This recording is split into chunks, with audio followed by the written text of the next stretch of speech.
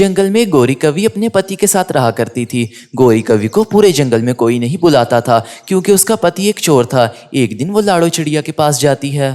अरे लाड़ो चिड़िया, क्या हाल है तुम्हारा? बहुत दिनों बाद नजर आई हो तुम मुझे। अरे हाँ गौरी बहन, मैं बिल्कुल ठीक हूँ, बस जिंदगी चल रही है। लाड़ो चिड़िया भी गौरी से बात नहीं करना चाहती थी, इसलिए वो वहाँ से चली जाती है।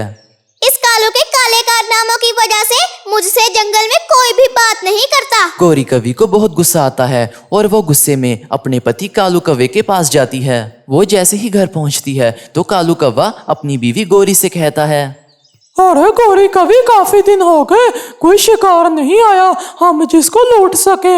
मुझे तो लगता है हमें दूसरे जंगल में जाकर किसी को लूटना चाहिए। अरे कालू, मैं तुझसे आखिरी बार कह रही हूँ कि तू चोरी चकारी के काम छोड़ दे, वरना मैं तुझे ही छोड़ दूंगी। फिर घर में बैठा रही तू अकेला।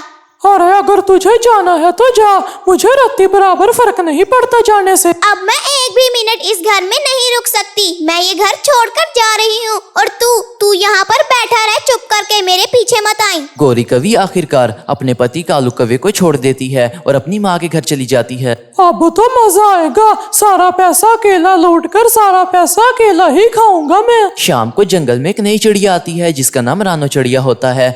वो इस जंगल में घर लेने आती है। रानो चिड़िया आज से इस जंगल में रहना चाहती थी। वो कालू कव्वे के पास से गुजरती है। ओए बल्ले बल्ले, नया शिकार मिल गया, अब इसको लूटूंगा। देखता हूँ ये चिड़िया क्या करना चाहती है, अब इस चिड़िया का पीछा करता हूँ मैं। कालू कव्वा रानो चिड़िया को लूटना चाहता था। कालू कव्वा रानो चिड़िया का पीछा करना शुरू कर देता है। कालू कव्वा रानो चिड़िया को ढूंढ लेता है। वो आगे एक सूखे दरख्त पर बैठी हुई थी। चिड़िया, तुम अपने जंगल की नहीं लगती, बताओ मुझे कहाँ से आई हो और क्या चाहती हो? मैं काफी देर से तुम्हें यहाँ से वहाँ भटकते देख रहा हूँ, बताओ। अरे हाँ, मैं दूसरे जंगल से आई हूँ। मैं यहाँ किसी घर की तलाश कर रही हूँ। क्या तुम मेरी मदद कर सकते हो घर ढूंढने में? तुम मेरी मदद करोगे? अरे क्यों नहीं, मैं तुम्हारी जरूर मदद करूँगा घर ढूंढने में। तुम्हारा बहुत बहुत शुक्रिया कि तुम एक पक्षी होने के नाते मेरी मदद कर रहे हो। कालू कव्वा मन ही मन में सोचता है, अरे मेरे पास अपना घर है, वो 10,000 का है। इसको ऐसा कहता हूँ कि 50,000 का है, शायद खरीद ले। अरे भाई कव्वे, क्या सोच रहे हो? कुछ बोलते क्यों नहीं हो, बताओ। अरे बहन, मेरी बात सुनो, मेरा अपना घर सेल पर है। क्या तुम मेरा अपना घर खरीदना चाहती हो? मैं तुम्हें दिखा लाता हूँ, क्या मेरा घर खरीदोगी तुम? क्या आपकी नजर में कोई घर है? तो आओ हम उस घर को देखने चलते हैं। कालू कव्वे का घर सिर्फ 10,000 का था, लेकिन वो रानो चिड़िया को वही घर 50,000 रुपए में बेचना चाहता था। कालू कव्वा रानो चिड़िया को अपने घर ले जाता है और उसे जाकर कहता है, अरे रानो चिड़िया, ये घर बहुत अच्छा है।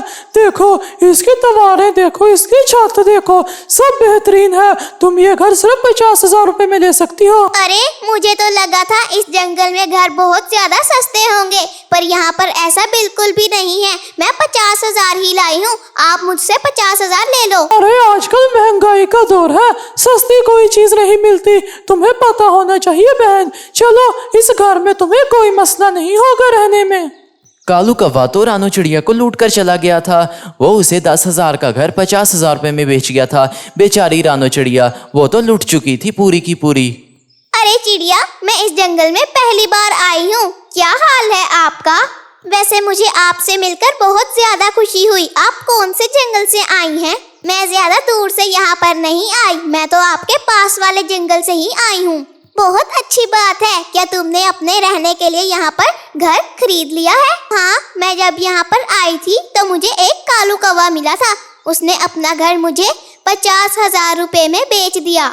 अरे बहन, ये तुम कहाँ फंस गई? वो कालू कौवा तो एक चोर है। उसने अपना घर 10,000 रुपए का लिया था और उसने तुम्हें अपना घर 50,000 रुपए में बेच दिया। अरे बहन, मैं भी यही सोच रही थी कि इस जंगल में इतने महंगे घर क्यों हैं। अब मुझे उससे पैसे लेने वापस जाना होगा। मुझे नहीं लगता कि वो चोर कौवा तुम्हें पैसे वापस करेगा। ना वापस करे, मेरे पास आ जाना। रानो चिड़िया कालू कव्वे से बात करने जाती है और वो कालू कव्वे को कहती है, कालू कौवे, मैंने तुम पर भरोसा किया और तुमने मुझे धोखा दे दिया। तुम्हारा घर 10,000 रुपए का है। अब शराफत से मेरे 40,000 रुपए मुझे वापस करो। अच्छा, तो पक्षियों ने तुझे बता ही दिया कि मैं चोर हूँ। चल कोई बात नहीं, अब तेरे पैसे लूटे गए, वो वापस नहीं करने वाला मैं। अब जा रहा हूँ मैं। अरे कालू कौवे, वो मेरी सारी जिंदगी की मेहनत है, मुझे मेरे पैसे वापस कर दो। मेरी बात सुन, ज्यादा एक्टिंग की जरूरत नहीं, नहीं तो बहुत पीटूंगा। मैं ये नहीं देखता कि कोई चिड़ा है या चिड़ी, बस मार डालता हूँ, समझी? इसके बाद कालू कौवा रानो चिड़िया को धमकाकर वहां से चला जाता है। अरे अब मुझे लाडो चिड़िया के पास जाना होगा, वो ही मेरी कुछ मदद करेगी। लाडो बहन, मैं उसके पास गई थी पर उसने मुझे पैसे वापस करने से साफ इनकार कर दिया। लाडो चिड़िया ये बात जंगल के पक्षियों को बताने के लिए जाती है और वो सारी बात मिठू तोते, बंटी कबूतर और लालो चिड़िया को बता देती है। मिठू तोता बोलता है, अरे ये तो उस चिड़िया के साथ बहुत बुरा हुआ, अब हमें कुछ करना चाहिए। ऐसे ही छोड़ देंगे तो हमारे जंगल की बदनामी होगी, हमें कुछ करना होगा। मिठू सही कहता है, हम उसे छोड़ नहीं सकते, हमें कालू कौवे से पैसे वापस लेने चाहिए, नहीं तो हमारे जंगल की बदनामी हमारे ही सर पर होगी। अरे मुझे लगता है कि हमें उस रानो चिड़िया की कुछ मदद करनी ही चाहिए। अरे अब मैं जा रही हूँ रानो चिड़िया के पास। बंटी कबूतर और मिठू तोते, तुम जाओ कालू कौवे के पास, अगर वो बातों से नहीं मानता तो उसे लातों से समझाओ। अरे बेचारी रानो रो रही होगी, अब मुझे उसके पास चली जाना चाहिए। इसके बाद लाडो चिड़िया वहां से चली जाती है और रानो चिड़िया के पास जाती है।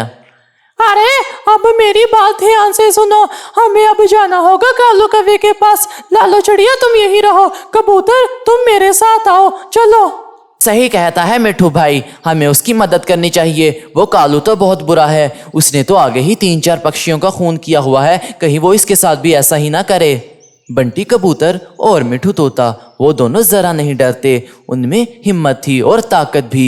वो दोनों कालू कौवे के पास जाते हैं। वो दोनों कालू कौवे के पास पहुंच जाते हैं। वो जैसे ही कालू कौवे के पास जाकर बैठते हैं तो कालू कौवा उनसे कहता है, अरे मिठू और कबूतर तो यहाँ, क्या कुछ हुआ है क्या? अभी तक हुआ तो कुछ नहीं, लेकिन अगर तूने रानो चिड़िया के पैसे वापस ना किए तो तेरे साथ कुछ होगा या नहीं, इसकी गारंटी नहीं है।